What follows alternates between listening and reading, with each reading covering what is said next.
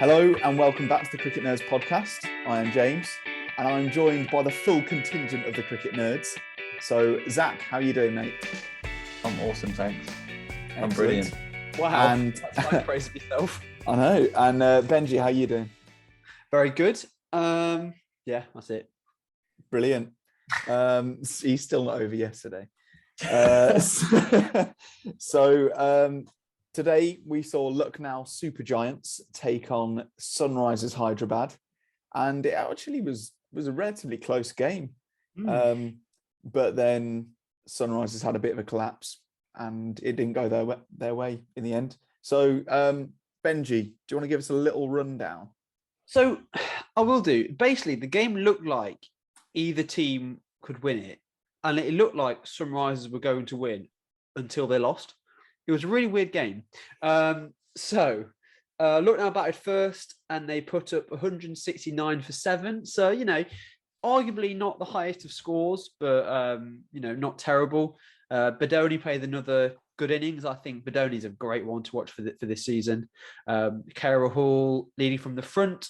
Good bowling from Natarajan to move Rahul. So Badoni looked good. There wasn't really much else from the top order of Lucknow.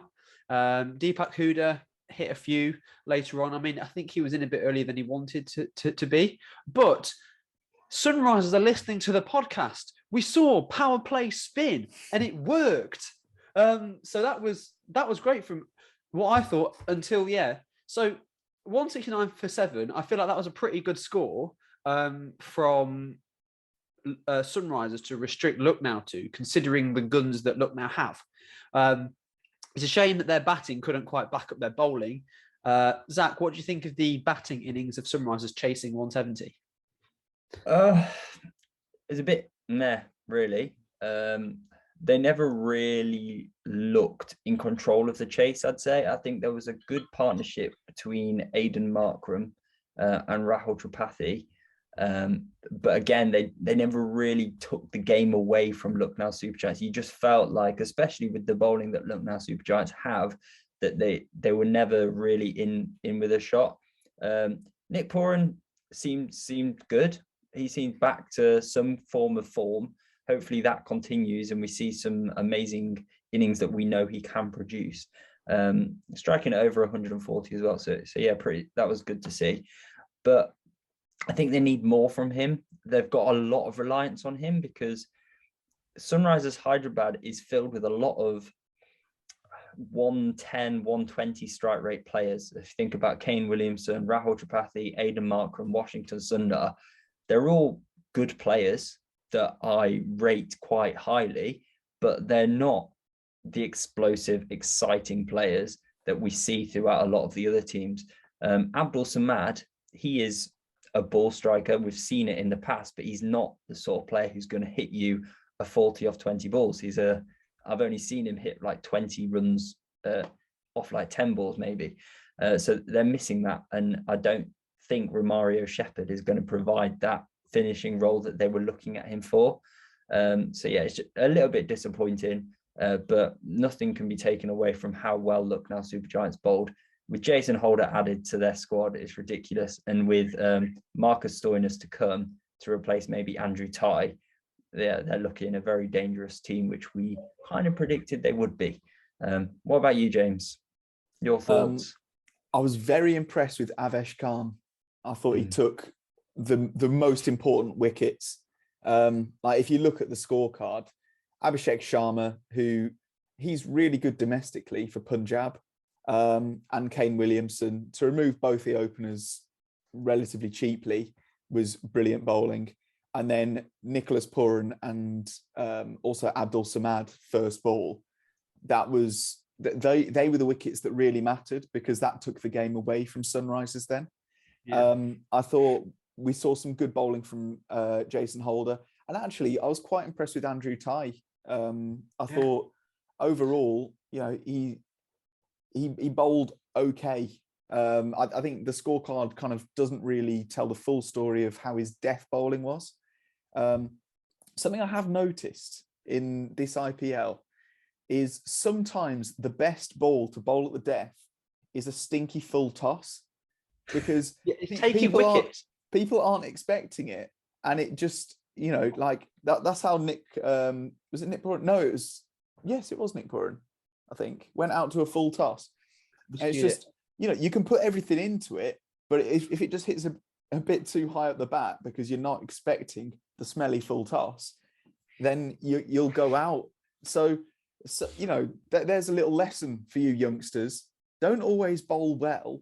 Sometimes throw in a bad ball as a variation and you'll take the wicket.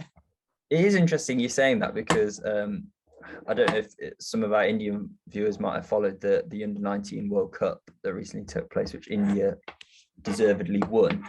But one of the English leg spinners, Rahan Ahmed, who is most likely going to be a future England player, there was an article on Crick Info, and he was talking about how his years of bowling against England international players taught him that he needs to practice the full toss. He needs to practice the rank long hop, because those are the balls that batsmen are expecting and can take wickets. So yeah, I definitely think it's worth mentioning. Yeah. But Benji's perfected it, really. He's perfected the rank. The thing is, for me, I don't tend to take a wicket. I just get dispatched for 6, which is the risk when you bowl a horrible full toss. Just coming back on James's point about Holder and Avesh Khan, I think that that just bowling attack of Lucknow just blew Sunrisers away. And as you say, Avesh Khan was doing fantastically at that top of the innings, in like, yeah, the third and the fifth over to remove 2 very good and were looking pretty well set players. I think Holder's stats probably look a little bit better than they deserve. I mean, he sort of stole 3 wickets in the last over because Sundar, Kumar and Shepherd were trying to smash him out of the park and just miscued it. So, you know, you could say a bit of skill there from Holder. Well, a lot of skill there from Holder. We know he's good at taking wickets in the last over. I don't think I've quite got over his 4-4 against England to win the T20 series. But there we go. I think, yeah, with Holder in that side now, Lucknow are looking like they're up to arguably full power. They just need, as you say, Marcus Stoinis to come into that setup, and being in as a sort of a 6th bowler who can also hit it. It makes them even a bit more frightening. I'd argue and say that I think Stoinis will come in for Evan Lewis, and Pandey, Huda and Bishnoi might get pushed up the order, and Stoinis will come in as sort of a finisher or stabiliser if they've lost some wickets, because I think that Andrew Ty has done enough to keep his spot. And I think having a 6th bowler option is very, you know, it's always extremely valuable, because if Krunal or Bishnoi aren't quite firing, chuck the ball to Stoinis for a couple of overs and he can bowl quite cleanly and take a couple of wickets, rather than remove one of your frontline seamers in AJ Ty. But there we go. We'll see what Lucknow do. But yeah, I mean, there wasn't really much that surprised me in that game, really. Heroes and villains, boys? Yes, I will go first. So my hero, and you know me, I don't like to pick an obvious hero. I like a more understated fellow. But this time, I think I'm going to go for Deepak Hooda.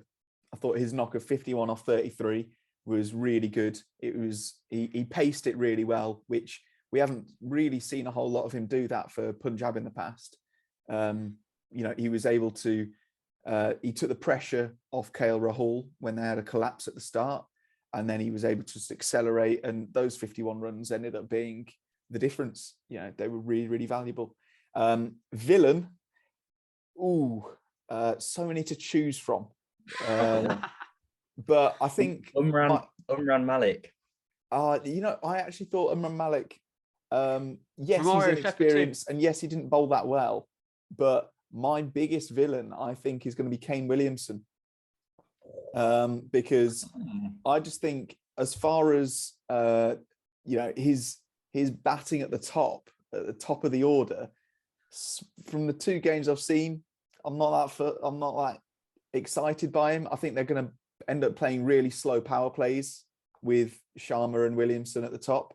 It makes so much more sense to me to swap Williamson and Markram And I think that's Williamson's fault. So he is my villain. Zach, who about you? Who about you? How about you? Who about me? I think I'm going to go for another understated hero, also because he's in my fantasy team. But Krunal Pandya, again, he listened to the podcast, bowling spin in the power play, and he looked very effective. And I think he's a very good bowler in IPL cricket for his career. He barely goes for any runs. He takes crucial wickets. So yeah, he's my hero. And my villain is Umran Malik. He can bowl very quick, bowling over 150 Ks today. And yet he was smacked all over the place. It wasn't smart bowling. It was just fast bowling. So yeah, he's my villain for today. Washington Sundar was my hero. I think he bowled really well in the power play, and he didn't quite see his team over the line, but he was left to tidy up after my villain of Nicholas Puran, who, even though he struck extremely well at 140, could not get Sunrisers over the line.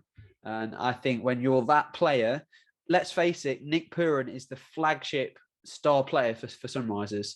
And if you can't get your team over the line, that's villain status. Maybe a bit harsh. Tell me if I'm wrong in the comments. Well, I think that's a perfect place to end. So yeah, thank you very much for watching. Please like the video, please subscribe, hit the bell icon so you're notified. I mean, you can just turn up every single day, 9 a.m. Indian Standard Time. And yeah, we will see you guys later. Make sure you follow our social medias, please, at Cricket Nerds Pod. So yeah, peace.